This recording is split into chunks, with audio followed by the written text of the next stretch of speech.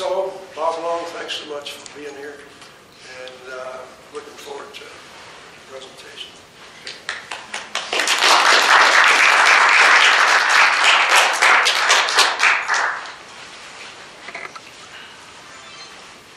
Hi, everybody. Thanks for being here. I'm really pleased.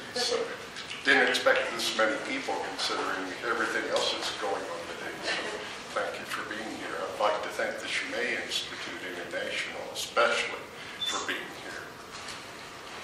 They promote the arts and the music and do an excellent job. And I really want to thank everyone here for that.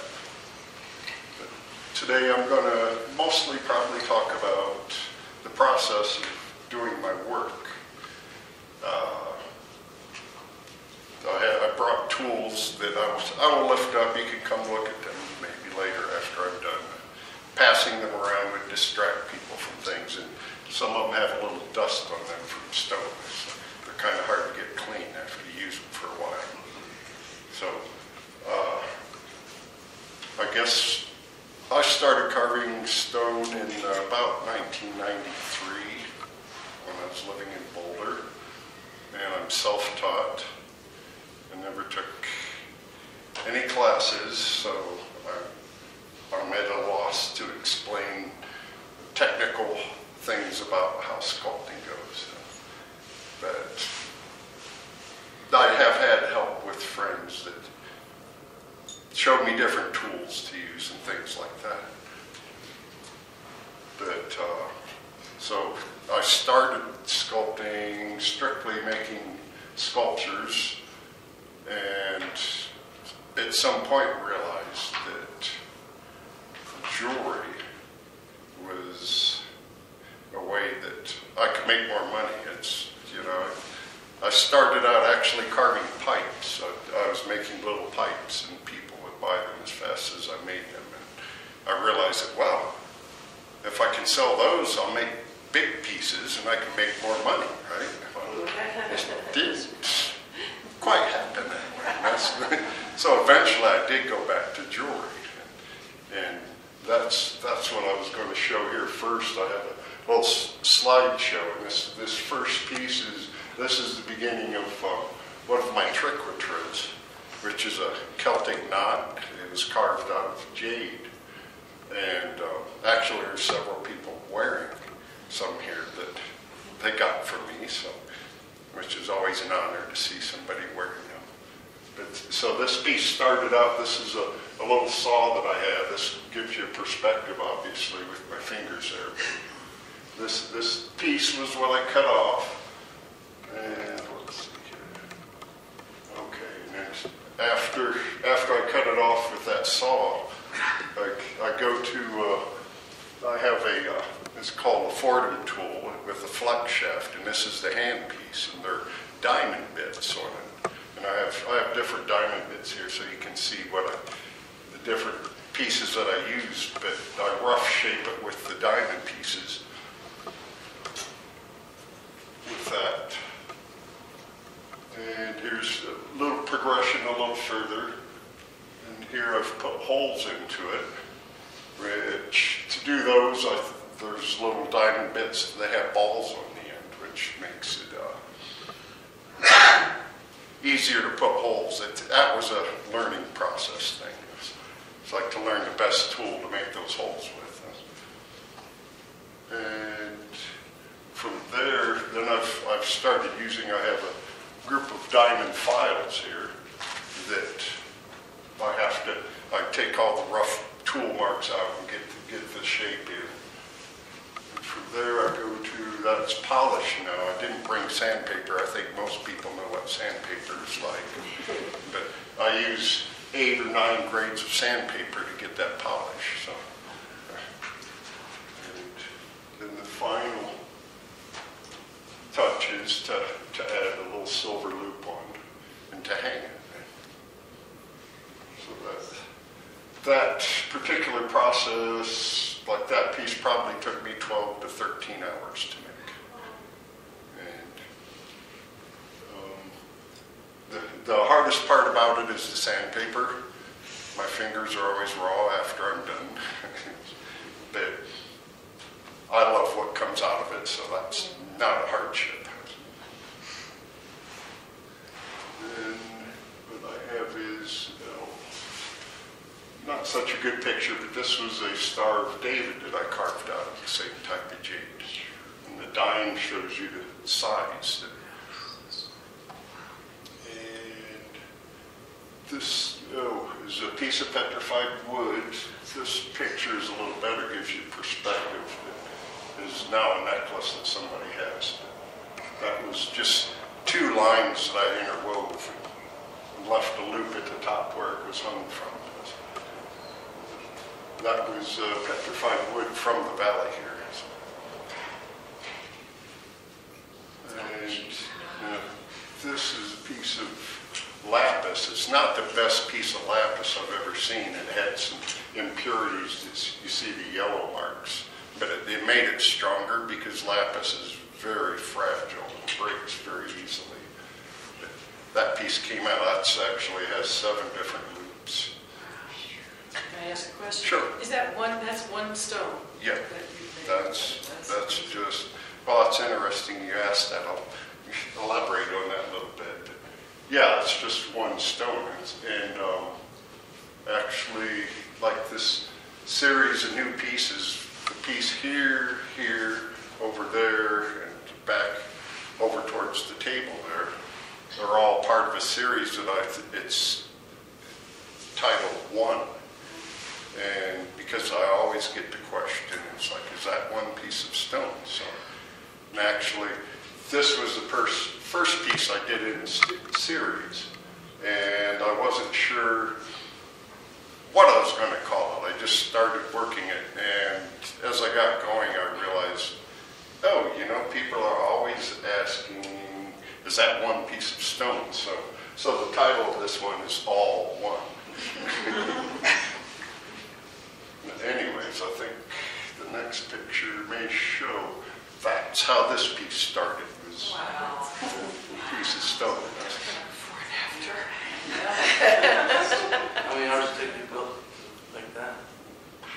That's a good question. Probably about 150 hours. 150 hours. And that one, most of it was done with hammer and chisel. You'll see, like here's when I first started, and that was all hammer and chisel work. I'd actually smoothed that out. Like here's the hammered chisels. It's like you do that, and I'd smoothed it some with a rasp and files. Like this is actually a horseshoe file, or horse hoof file, I guess would be the proper term, but it works really good with alabaster.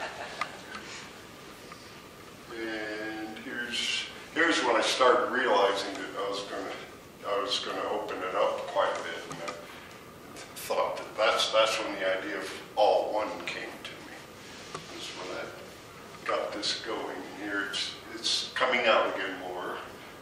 And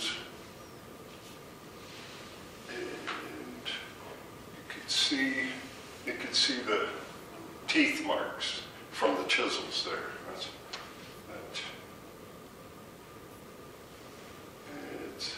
It's progressed a little further. Once again, I use this particular chisel a lot, or at least I have several that are. It's called a rake, and they're different sizes, but it removes more stone than any of the other pieces. So when I'm working a piece, it usually has those teeth marks all through it. Let's get to, okay, now here's where, and you can see my studio's outdoors. Well, on sunny days here, it's, how nice it can be. It's real easy to work outside. But yeah, it makes too much of a mess to be indoors. So you don't do sketches at all? It depends. Actually, figures, I tend to do sketches, more realistic pieces, And when it comes to the abstracts, I just usually put a hole in the stone and go from there. So it develops. Well, I have a concept, yeah, but it does develop. It's like, okay, I follow lines. Like, let's see which piece. Oh, I don't have it here, but I have a limestone piece at the gallery in Crestone that is called Intimacy, and it's a piece that I had a concept. I wanted to take 3 loops and tie them together. And so as I carved it, I started to create one loop, and then as I went along, I had to figure out, okay, now how am I going to tie a loop into that, and how am I going to tie a loop into this? So it was like putting a puzzle together, really. And so as you're working along, you say, okay, where's this line going? You have to turn the stone around and look at it, and finally figure out what's going to happen. And the stone, in some ways, dictates its own how it wants to be. Okay. And I'm getting real close there, and it gets pretty scary. And about at that point, I quit using a hammer and chisel. I started using a angle grinder, which this particular blade goes on an angle grinder, and it has diamond bits on it, and it removes a lot of stone all at once. It makes a huge cloud of dust, and it's really noisy, and I don't like to use them, but there's times when you just have to, because the stone's too delicate, especially alabaster. It progressed, and I've got pretty much the whole shape. And here I've taken files, and like I have big files like this, and I have the rasp, and that takes off all the other tool marks. And then from that point, then I get to, I've done almost all the sandpaper work on that. To finish these, I use, I only went up to 400 grit. I started with 100 grit, went to 150, to 220, to 320, up to 400. And then because alabaster will stain, I put carnauba wax on them and buff them out is the final finish. But yeah, that was kind of risky to balance it on that sandbag. I wanted to get a picture of it standing up, so I was like, well, okay, nestle it in the bag. Actually, and that's one thing I didn't explain, but whenever I'm using a hammer and chisel, I always have the piece sitting on a sandbag, because that helps absorb the blows from the hammer and helps keep it from breaking. Alabaster has, you can see there's a lot of different seams in here. There's actually, and those tend to be real fragile spots where it's joined together. Alabaster is I forget what the word is, but the stone is sedimentary, actually, and it's buried in the ground and compressed over time. I guess it's a gypsum is what it actually is. I guess I realize all my sculptures here are alabaster. I have worked in other stones, limestone particularly, and marble, but I really like the beauty of the limestone, so that's what I have here now. And now here's a piece that I carved when I lived in Moffat, working at Sharon's shop. When I had free time, I'd carve out in front of the place.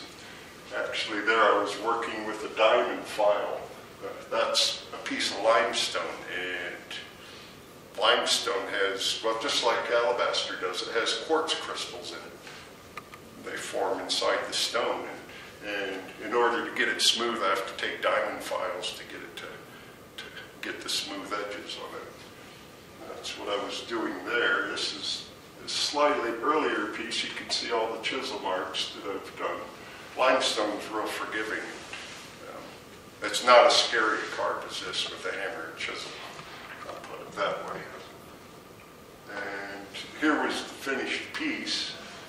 And the unfortunate thing about this piece was I had taken it off of the stand. I was polishing the stand, and I got distracted and was doing something, and the wind came along and blew it over. Poof. Oh, no. And it's not the first piece I've lost to the wind. So that was a lesson I never should have had to relearn. So, yeah, I really did love that piece too. Anyway, so I used to do figures before I started doing abstracts. This was one that a friend of mine, there's a idea of perspective. And here's a dragon that I did several dragons. I used to do a lot of mythic beings. This dragon lives in Alamosa, actually. Somebody from down there bought it. Now, I did a series of sculptures that were small. There's one that has perspective that was titled The Senses. And this particular one was smell. And they were all just abstracts, but each one reminded me of something like I saw nostrils in this. So there's the smell. What's the stone on there? That's alabaster also. And, well, there's a perspective. Now, that one was called Touch. And all these sold. They went to different people. Because they were small. I should have learned that lesson, too. Just make small ones. They're more affordable. And this one was called Sound. Now, this one got used in advertising a lot. And I actually traded this for a painting from one of my friends. And unfortunately, her cat knocked it off of the shelf. Oh. It doesn't exist anymore. It was really my favorite piece for a really long time. I have some other favorites now. And I've thought about duplicating that, actually, because it was so beautiful. What was it But called? that was called Sound. Sound. Yeah, it's like Kinda an looks ear. like an ear, yeah. Right? And unfortunately, I couldn't find pictures of the other two pieces in that series, so I don't have any of those here. And this one was part of, well, these two pieces in this corner are part of a series called The Creation of the Elements. And this particular one was the creation of Earth. And that was my first lesson with the wind. The good thing about it was I recarved pieces and I sold 3 different sculptures out of the remains of it. All right. And out of that series, that was the only piece I wasn't really happy with. It didn't quite come out like I wanted it to. So I figured that was the universe telling me that, well, do it over if you don't like it. I never did do it over. And here's one of my early pieces was Pan. Actually, that one was made out of matlanite. It comes from New Mexico. That picture doesn't do it good justice. But, I guess that's all my pictures, huh? Well, so now I'm open to questions if you have more questions about, yes. When you showed us how you've carved that, how do you mount it? How do you get it to stand? Well, I'm not going to pick that up right now. It's kind of heavy. It's actually, there's a copper rod in the bottom of it. I drill a hole in, glue a copper rod in, and drill a hole the same size in this, and then set it on there. I see. So this comes up off of So there. when I you- could not pick that whole thing up. Right, yeah. So when you take them back home after the show or something, they come apart. Yeah. That comes off, that comes apart, that comes apart. And yeah, this one, unfortunately, the way I got it mounted, it only really sits in one direction well. That one and that one both. I have a couple pieces that swivel, but this could swivel. Actually, I've thought about remounting it just because it isn't, I would like to see it turned in different directions. You know, it's especially displayed in a place, it's nice to have a different perspective every day, really. I guess you could always turn the whole thing. That doesn't give you a perspective as to how it is to the base. Like this piece is called One. This is the last piece I finished in the series.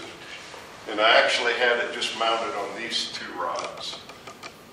And it just was not strong enough, so I had to put another pin in it to make it stay. And now this piece here, the title is Death of Rape. Now, this piece was the first large piece I ever carved. And it is alabaster, and it was a learning curve for me. It probably took 1,000 hours to do this, and I used Dremel tools. I think I wore 2 of them out on it. The Dremel tools with diamond bits, and of course, legs started breaking off early on in the piece, but I was determined to finish it. So it has several breaks in it that I've put back together, and so I've never offered it for sale, but always it's like, well, this was my learning piece, and that's why I have that here. Are the bases alabaster as well? No, this is sandstone.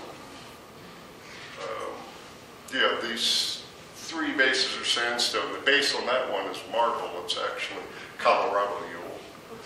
Actually, it was probably illegal to do, but I was on the Crystal River. And there were all these pieces of marble laying there, and I just picked a couple out. I was like, well, they're just laying here. And I find out later that somebody told me that, well, you're not supposed to pick them out now. So, and this piece is titled From One. Now,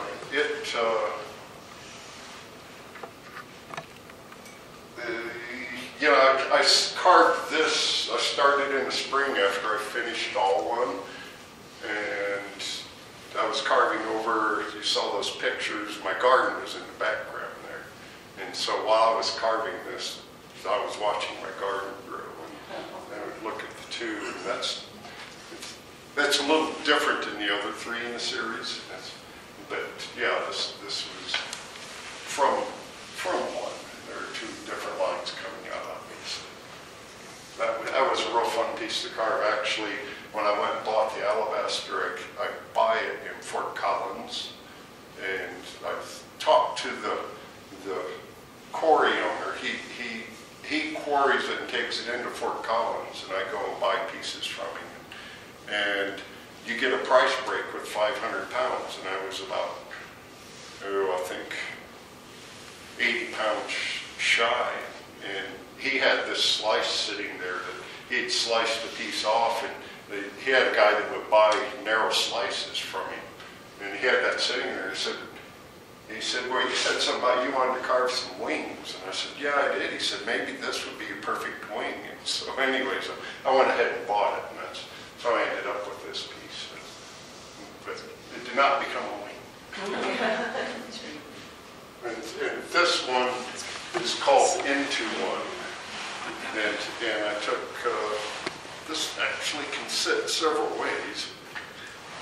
I don't know if I could get a good balance here. It can rock. Making us nervous, Mom. Okay, all right.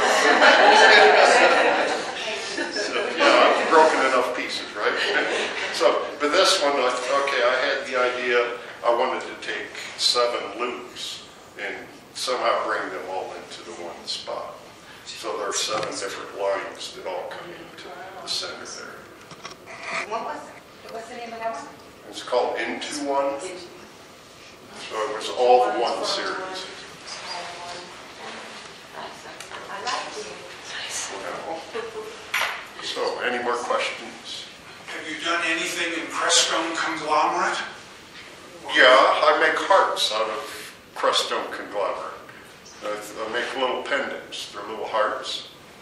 Actually, you asked that, and this blade here has cut quite a few of them. I do the rough cuts with this.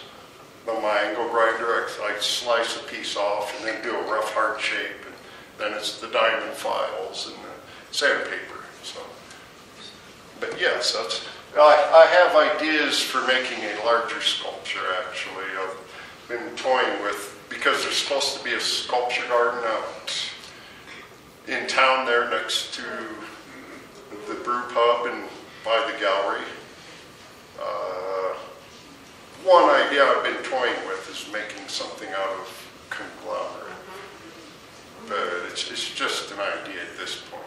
I really would like to have about a 12-foot tall piece of limestone that I can just carve some abstract there. That remains to be seen. Talk to Kiara. Pardon? Talk to Kiara.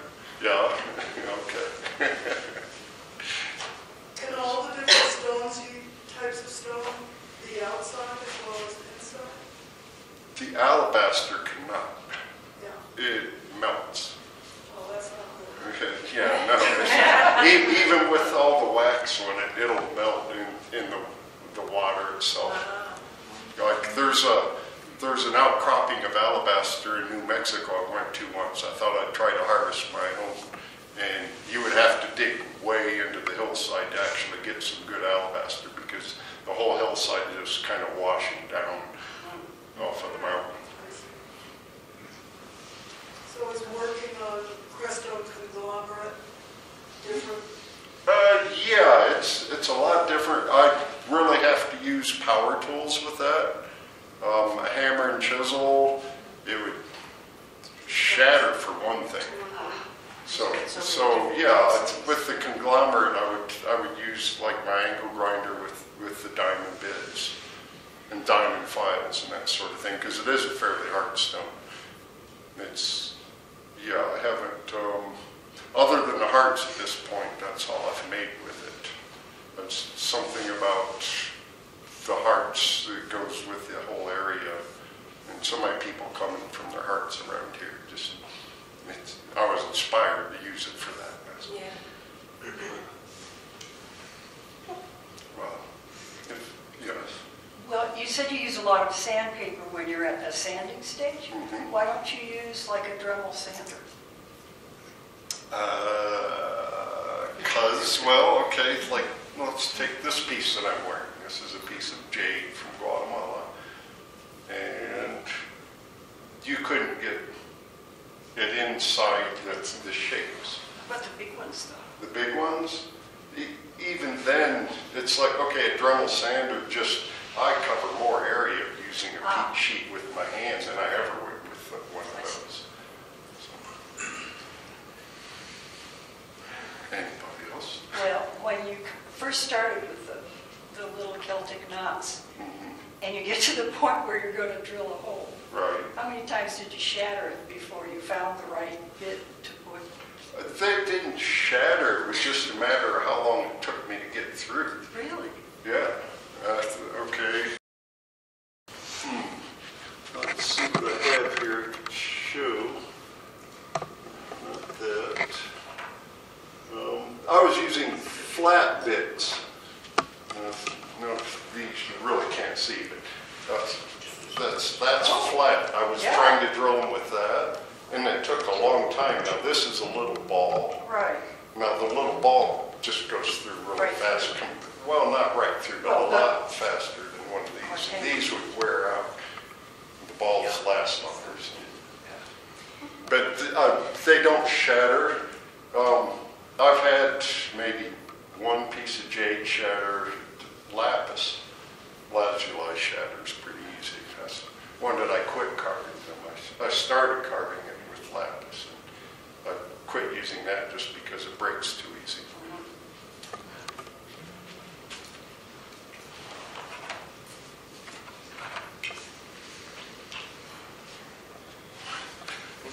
Well, What's next? what's next?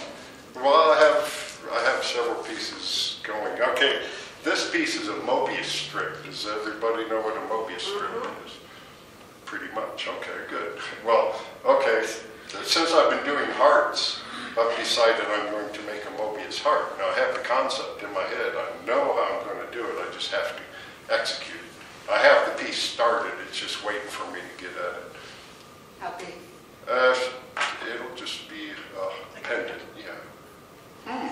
Well, you know, you say that. I have some alabaster sitting around. I could do one in alabaster too, I suppose. You might consider going to the books and looking up a Klein bottle, which is relative of a Mobius strip, Yeah. except it's three-dimensional. A Klein bottle. K-L-E-I-N. Klein bottle. Okay. And it's a three-dimensional structure that is so twisted so that it has the single surface feature of Right. the Mobius strip. Yeah, that was what attracted me to the Mobius strip. Actually, I mentored at the charter school here in Crestone for a couple of years. I had one student that wanted to learn how to carve stone, and her last project was a Mobius strip, and we carved it out of limestone. It was about that big.